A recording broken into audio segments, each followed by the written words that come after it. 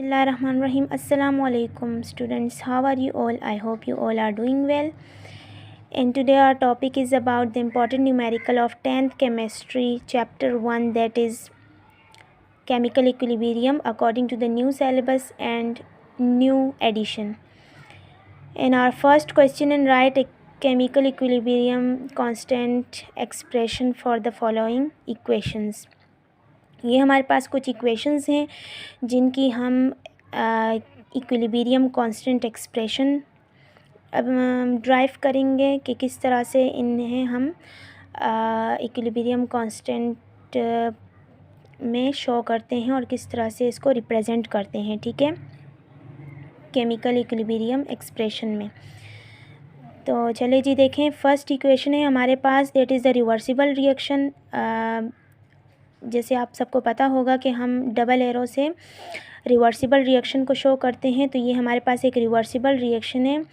And reversible reaction कौन सा reaction होता है, दैट इज़ अनस्टॉपेबल, यानी वो स्टॉप नहीं होता है, ठीक है। Reversible reaction can't be stopped. So ये हमारे पास एक रिवर्सिबल रिएक्शन है जिसमें नाइट्रोजन जो कि डाई मॉलिक्यूलर या फिर N2 है, ठीक है। तो ये किसके साथ रिएक्शन कर रहा है, ऑक्सीजन के साथ। ऑक्सीजन और नाइट्रोजन मिलकर हमारे पास नाइट्रोजन डाइऑक्साइड बना रहे हैं, ठीक है, नाइट्रोजन डाइऑक्साइड बना रहे हैं। तो ये एक हमारे पास रिवर्सिबल रिएक्शन है। अब इसको हम इक्विलिब्रियम कांस्टेंट के एक्सप्रेशन में किस तरह से रिप्रेजेंट करते हैं ये हम पढ़ते हैं, ठीक है। आगे चलें जी, ये हमारे पास रिप्रेजेंट करने के लिए हम लॉ ऑफ मास सेक्शन को देखेंगे कि लॉ ऑफ मास सेक्शन के थ्रू हम इसकी एक्सप्रेशन ड्राइव करते हैं। So law of mass section के अकॉर्डिंग हमारे पास जो रेट ऑफ फॉरवर्ड रिएक्शन है, ठीक है, rate of forward reaction it means कि हमारे पास जो फॉरवर्ड रिएक्शन है वो रिएक्टेंट को शो कर रहा है। किस चीज़ को शो कर रहा है, रिएक्टेंट को शो कर रहा है। और रेट ऑफ बैकवर्ड रिएक्शन या फिर रेट ऑफ रिवर्स रिएक्शन वो हमारे पास प्रोडक्ट को शो कर रहा है, ठीक है। तो जो रिवर्स रिएक्शन की बात होती है इट मीन्स के प्रोडक्ट की बात हो रही है। अगर फॉरवर्ड रिएक्शन की बात हो रही है इट मीन्स के रिएक्टेंट की बात हो रही है, ठीक है। तो ये हमारे पास इसको एक्सप्रेस करने के लिए हम RF that is rate of forward reaction, ठीक है, उसको हम KF ये इक्वल होता है KF के, और इसको हम इस तरह से स्क्वायर ब्रैकेट में जो है ब्रैकेट में एक्सप्रेस करते हैं। इट मीन्स कि हमने जो भी हमारे पास रिएक्टेंट था that is N2 and 2O2 ये हमने क्या कर दिया, ब्रैकेट में रिप्रेजेंट कर दिया, ठीक है। अब N2 जो है वो तो एज इट इज़ आ गया, बट यहाँ पे ऑक्सीजन के दो मोल्स प्रेजेंट हैं, ठीक है। मॉलिक्यूल तो मतलब ये है कि ये खुद ही एक मॉलिक्यूल है O2, बट यहाँ पे दो मोल्स प्रेजेंट है, ठीक है, दो मोल्स ऑक्सीजन के प्रेजेंट है। तो वो जो मोल्स हैं उसको हम पावर में जो है वो रिप्रेजेंट करेंगे, ठीक है। यहाँ पे पावर लगाएंगे इसकी ब्रैकेट के ऊपर। मोल्स हमेशा जब भी हमारे पास रेट में लिखते हैं हम मोल को, तो उसमें जो जितने भी मोल्स होते हैं नंबर ऑफ़ मोल्स हम उसको पावर बना लेते हैं, ठीक है।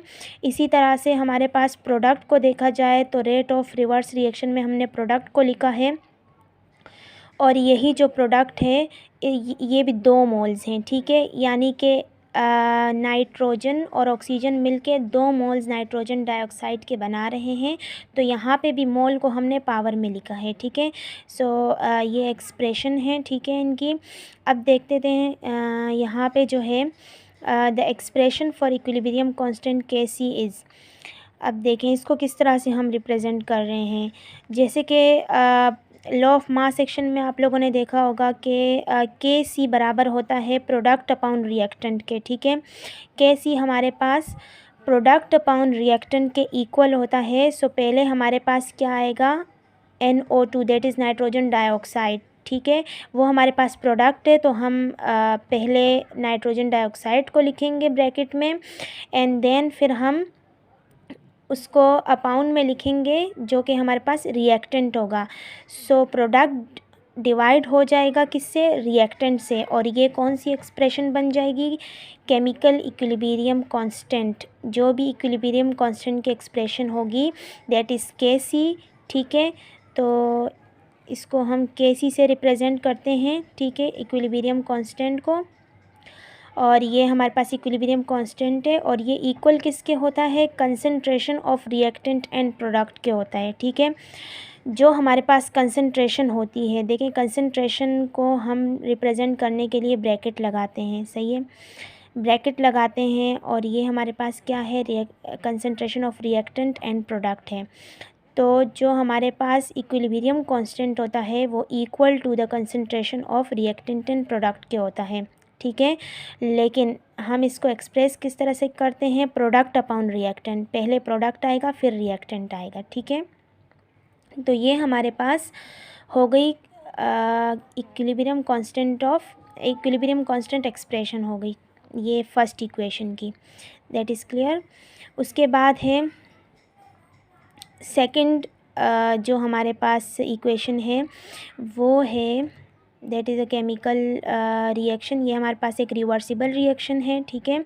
इसमें हमारे पास क्या है, नाइट्रोजन और हाइड्रोजन आपस में रिएक्ट करके अमोनिया बना रहे हैं, ठीक है। तो ये हमारे पास डाई एटॉमिक मॉलिक्यूल है नाइट्रोजन का, और हाइड्रोजन भी डाई एटॉमिक है, बट हाइड्रोजन के 3 मोल यूज़ हो रहे हैं यहाँ पे, ठीक है। हाइड्रोजन के कितने मोल यूज़ हो रहे हैं, हाइड्रोजन के 3 मोल यूज़ हो रहे हैं।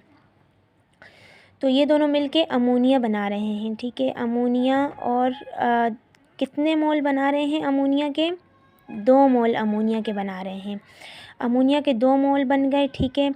अब यहाँ पे क्या है कि ये एक रिवर्सिबल रिएक्शन है, इट मीन्स प्रोडक्ट कन्वर्टिबल है रिएक्टेंट में और रिएक्टेंट कन्वर्टिबल है प्रोडक्ट में। तो same as like the first reaction हम इसको भी एज इट इज़ रिप्रेजेंट करेंगे, एज इट इज़ एक्सप्रेस करेंगे,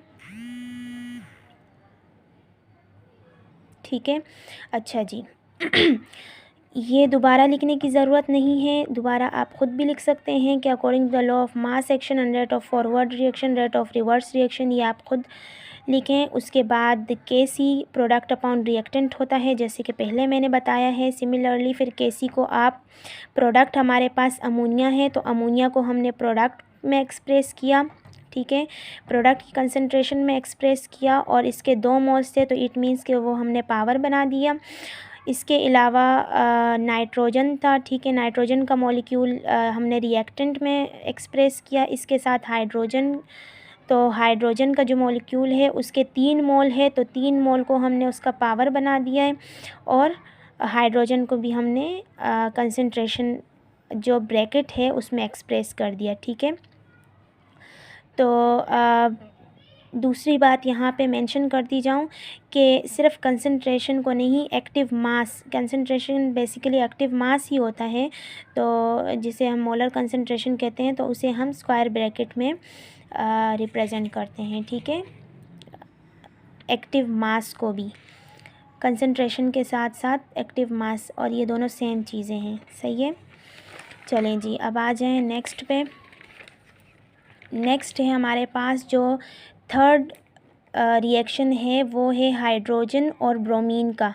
हाइड्रोजन और ब्रोमीन आप इसमें रिएक्ट करते हैं तो हाइड्रोजन ब्रोमाइड बनता है, ठीक है।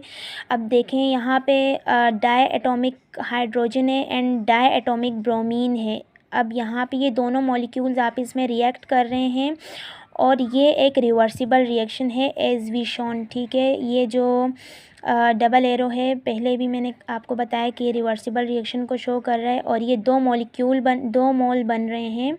2 मोल किसके बन रहे हैं, हाइड्रोजन ब्रोमाइड के। एक कंपाउंड है हाइड्रोजन ब्रोमाइड, उसके 2 मोल हमें गेन हो रहे हैं by the reaction of hydrogen and bromine के। ओके, सो अब इसको भी हम एज़ इट इज़, जैसे कि हमने फ़र्स्ट को रिप्रेजेंट किया है, इसको भी हम एज़ इट इज़ वैसे ही करेंगे कि पहले according to the law of mass action, फिर rate of forward reaction, rate of reverse reaction, इन दोनों को हमने स्क्वायर ब्रैकेट में रिप्रेजेंट किया। उसके बाद हमने केमिकल इक्विलिब्रियम कांस्टेंट Kc को लिखा, ठीक है, जो कि इक्वल है concentration of the reactant and product के, तो उसको हमने इस तरह से स्क्वायर ब्रैकेट में रिप्रेजेंट किया है। सो बेसिकली जो मेथड होता है इक्विलिब्रियम कांस्टेंट के एक्सप्रेशन का, सो वो यही होता है। अब आ जाते हैं इसके बाद यूनिट ऑफ Kc पे। बेसिकली Kc का कोई अपना एक्चुअल यूनिट नहीं होता है, वो डिपेंड करता है concentration of reactant and product पे। जैसे कि ये इसके इक्वल होता है, तो जो इसका यूनिट होगा, इट मीन्स कि जो concentration of reactant and product का यूनिट होगा, वही हमारे पास Kc का भी यूनिट होगा।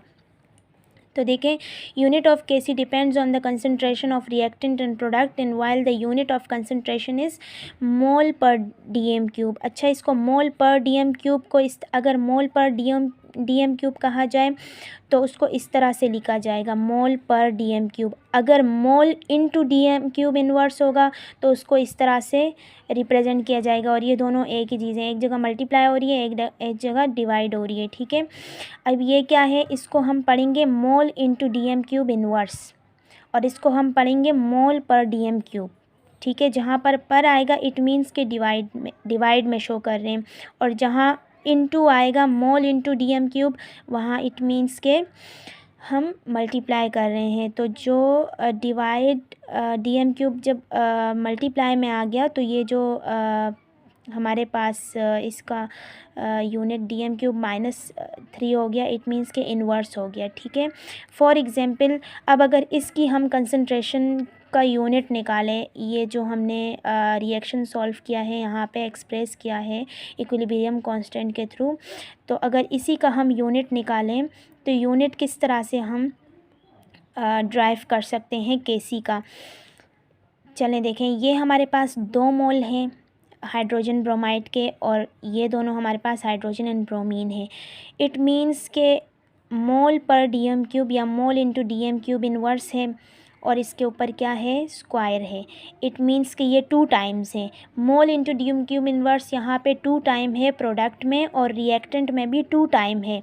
इट मीन्स के मोल पर dm क्यूब हमारे पास जितने भी है इस टोटल रिएक्शन में वो इक्वल है, ठीक है। इक्वल है, इट मीन्स कि वो कट हो जाएंगे, और कट होने के बाद यूनिट ऑफ Kc हमारे पास कुछ नहीं बचेगा। लेकिन अगर कोई हमारे पास रिएक्शन इस तरह का हो कि या तो हमारे पास इक्वल हो, या फिर रिएक्टेंट या प्रोडक्ट में से कोई एक मोल कम हो, ठीक है, इट मीन्स के मोल पर dm क्यूब ये वाला नहीं है, ठीक है। फॉर एग्ज़ाम्पल, यहाँ पे जो रिएक्टेंट है हमारे पास, वो एक ही मोल की कंसंट्रेशन है, कोई एक ही हमारे पास मॉलिक्यूल है, और 2 मॉलिक्यूल नहीं है, ठीक है। तो वहाँ पे अगर होता तो एक स्क्वायर हमारा एक dm क्यूब से कट जाता, और बाकी Kc का जो यूनिट होता वो हमारे पास मोल पर dm क्यूब इन्वर्स बच जाता, ठीक है।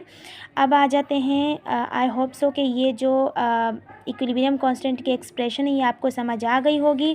नेक्स्ट पे चलते हैं। नेक्स्ट है हमारे पास एक न्यूमेरिकल है, ठीक है, जो कि इसी चैप्टर का फर्स्ट न्यूमेरिकल है, that is nitrogen tetroxide decomposed into nitrogen dioxide in a reversible reaction. Drive equilibrium constant expression for the reaction of decomposition. Also interpret in unit of Kc for balance chemical reversible reaction.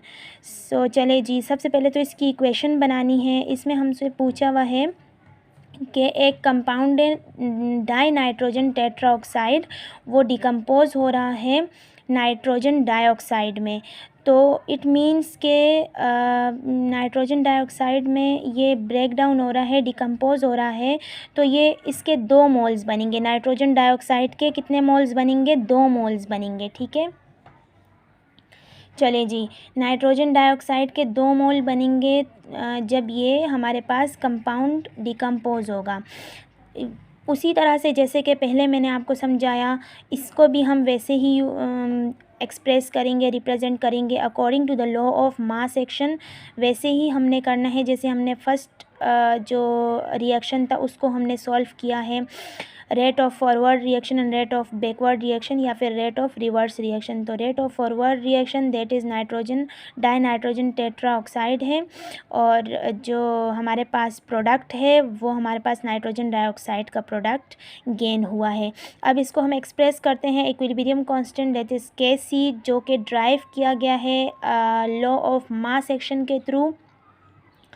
Kc हमारे पास कहाँ से आए, law of mass action के through हमने इसको drive किया है, ठीक है। अब Kc प्रोडक्ट अपॉन रिएक्टेंट है, तो प्रोडक्ट हमारे पास क्या है, नाइट्रोजन डाइऑक्साइड और डाइनाइट्रोजन टेट्राऑक्साइड, ये हमारे पास रिएक्टेंट है। तो इसको हमने एक्सप्रेस कर दिया। और इसमें दूसरी बात ये पूछी गई है हमसे कि आपने यूनिट भी ड्राइव करना है। तो यूनिट किस तरह से ड्राइव किया हम लोगों ने कि ये हमारे पास जो नाइट्रोजन डाइऑक्साइड इसके 2 मोल से, इट मीन्स के इसका पावर क्या हुआ, 2 हुए। अब ये 2 मोल इंटू DM³ इनवर्स पर पावर 2 है, इट मीन्स के मोल पर DM³ इनवर्स हमारे पास 2 टाइम्स हैं। और जो हमारे पास रिएक्टेंट का यूनिट है मोल इंटू DM³ इनवर्स, वो 1 टाइम है। तो 1 टाइम और इसका जो 1 यूनिट होगा जो कि मोल इंटू DM³, वो आप इसमें कट जाएंगे और जो बचेगा हमारे पास, ठीक है, जो यूनिट हमारे पास बचेगा वो होगा सिर्फ 1 mole into DM³ inverse. Got it. चले रिपीट कर देती हूँ ये दोबारा से। देखें, ये हमारे पास mole into DM³ inverse 2 time है और ये 1। जब इसमें से 1 और इसका 1 आप इसमें कट जाएंगे तो पीछे कितना बचेगा, मोल इंटू DM³ इनवर्स 1 टाइम बचेगा, जो कि हमारा यूनिट आ गया। सो इट मीन्स हमने यूनिट भी ड्राइव कर लिया है। नेक्स्ट क्वेश्चन है हमारे पास जो कि सेकंड हमारा थर्ड क्वेश्चन है और बुक का सेकंड न्यूमेरिकल है, that is PCl5, PCl3 and Cl2 are at equilibrium at 500 Kelvin in a closed container and their concentration are 0.8 exponent minus 3 and 1.2 exponent minus 3 and 1.2 exponent minus 3। It means के ये हमारे पास जो 0.8 है ये PCl5 की concentration है and 1.2 ये हमारे पास एक्सपोनेंट माइनस 3 PCl3 की है और 1.2 एक्सपोनेंट माइनस 3 Cl2 की कंसनट्रेशन है। चलें जी, मोल पर DM³ इनका यूनिट है और calculate the value of Kc for the reaction along with unit. Kc की वैल्यू हमने मालूम करनी है यूनिट के साथ। तो चलें जी, देखें इधर, ये हमारे पास रिएक्शन है, ये रिएक्टेंट है और ये प्रोडक्ट है, सही है, और ये एक रिवर्सिबल रिएक्शन है। इसके अलावा डेटा हम बनाते हैं, तो डेटा जैसे कि क्वेश्चन में मेंशन है, हमने अकॉर्डिंगली चीज़ें यहाँ पे रिप्रेजेंट कर दी हैं, PCl5, PCl3 and Cl2 with their respective units. चलें जी, अब सॉल्व करने की तरफ चलते हैं। ये हमारे पास according to the law of mass action Kc equal to product upon reactant. तो प्रोडक्ट हमारे पास PCl3 और Cl2 था एंड रिएक्टेंट हमारे पास PCl5 था, ठीक है।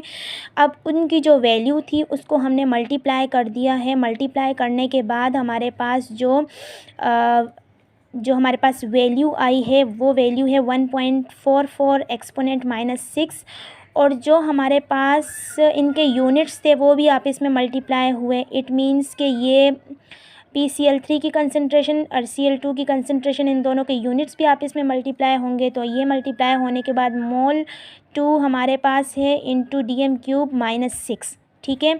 इट मीन्स DM³ माइनस 3 था, तो ये हमारे पास ऐड हो जाएंगे, ठीक है।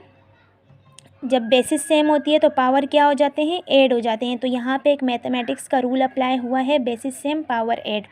तो इनकी बेसिस सेम है तो पावर इनकी क्या हो गई, ऐड हो गई, यानी मोल 2 हो गया और DM³ माइनस 6 हो गए, ठीक है। अच्छा जी, अब नीचे आ जाते हैं, इनको डिवाइड कर देते हैं।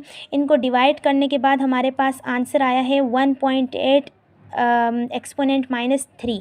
इन दोनों वैल्यूज़ को जब डिवाइड किया तो ये आंसर आया। और अब देखते हैं यूनिट्स किस तरह से हमने बैलेंस किए। यूनिट बैलेंस करने के लिए जैसे कि मैंने पहले भी बताया है, यहाँ पे मोल 2 है, यहाँ पे मोल 1 है, DM माइनस 6 है और यहाँ पे DM माइनस 3 है, ठीक है। तो ये हमारे पास क्या है, चलें जी, ये हमारे पास 1 जो mole into DM cube inverse है वो इससे कट जाएगा, ठीक है। लेकिन एक हमारे पास यूनिट बच जाएगा। एक यूनिट किस तरह से बच जाएगा, एक कंसंट्रेशन बच जाएगी और जो एक होगी वो कट जाएगी रिएक्टेंट वाले से, ठीक है। रिएक्टेंट वाले यूनिट से इसका यूनिट एक कट जाएगा और एक हमारे पास बच जाएगा, जो हम किस में लिखेंगे, Kc के यूनिट में लिखेंगे। इट मीन्स कि Kc का आंसर तो यही आया और जो यूनिट हमने बैलेंस किए उसमें हमारे पास ये आया, ठीक है, यूनिट। अब थर्ड क्वेश्चन पे आ जाते हैं। चलें जी, the value of Kc for the reaction is 1 exponent -4 और हमारे पास रिएक्शन ये है। अब तो आप समझ गए होंगे, ठीक है। चलें जी, अब इसका हमने डेटा बनाया है, तो इसमें हमसे ये पूछ रहे हैं कि हमें direction of the reaction predict करना है, ठीक है। बाकी सब चीज़ें मेंशन है, Kc की वैल्यू मेंशन है, कंसंट्रेशन तीनों की मेंशन है, तो जस्ट हमने डायरेक्शन ऑफ द रिएक्शन मालूम करना है। तो जैसे कि आप लोगों को मैंने बताया था कि अगर QC that is reaction quotient equal to Kc होगा, इट मीन्स के रिएक्शन इक्विलिब्रियम स्टेट पे होगा। अगर QC ग्रेटर देन Kc होगा, इट मीन्स के हमारे पास रिएक्शन जो है वो रिवर्स डायरेक्शन में आएगा, ठीक है, होगा। और इसके बाद अगर QC that is reaction quotient अगर हमारे पास ये लेस देन है Kc से, तो इट मीन्स के हमारे पास रिएक्शन फॉरवर्ड डायरेक्शन में जाएगा, ठीक है। तो ये तीनों चीज़ें इन तीनों चीज़ों को जो है वो देखते हुए, इन तीनों इक्वेशंस को देखते हुए अगर हम देखें तो ये हमारे पास Kc की वैल्यू है। और जब हमने पूरे कंसंट्रेशन को सॉल्व किया तो सॉल्व करने के बाद जो वैल्यू आई है वो है 0.25 एंड आप जानते हैं 0.25 इज़ ग्रेटर देन 1 एक्सपोनेंट -4 होता है, ठीक है। यानी ये वैल्यू बड़ी है हमारी Kc से। सो इसलिए इसका जो आंसर आएगा उसमें हम लिखेंगे कि here QC that is reaction quotient greater than Kc, equilibrium constant, reaction quotient greater than है इक्विलिब्रियम कांस्टेंट के, so direction of the reaction is reverse, यानी ये हमारे पास रिवर्स डायरेक्शन में जाएगा। ये हमारे पास इक्विलिब्रियम स्टेट का है, ये हमारे पास रिवर्स डायरेक्शन का है और ये हमारे पास फॉरवर्ड डायरेक्शन का है। आई होप सो कि आपको ये तमाम न्यूमेरिकल्स ईजीली समझ आ गए होंगे, ठीक है। तो अगर आपको और भी कुछ समझना है इस बारे में, नेक्स्ट चैप्टर के बारे में, अगर न्यूमेरिकल सॉल्व करवाने हैं या फिर अगर कोई और भी इस तरह से क्यूरीज सॉल्व करवानी है तो आप मुझे बता सकते हैं कमेंट सेक्शन में, ठीक है। जज़ाकल्लाह।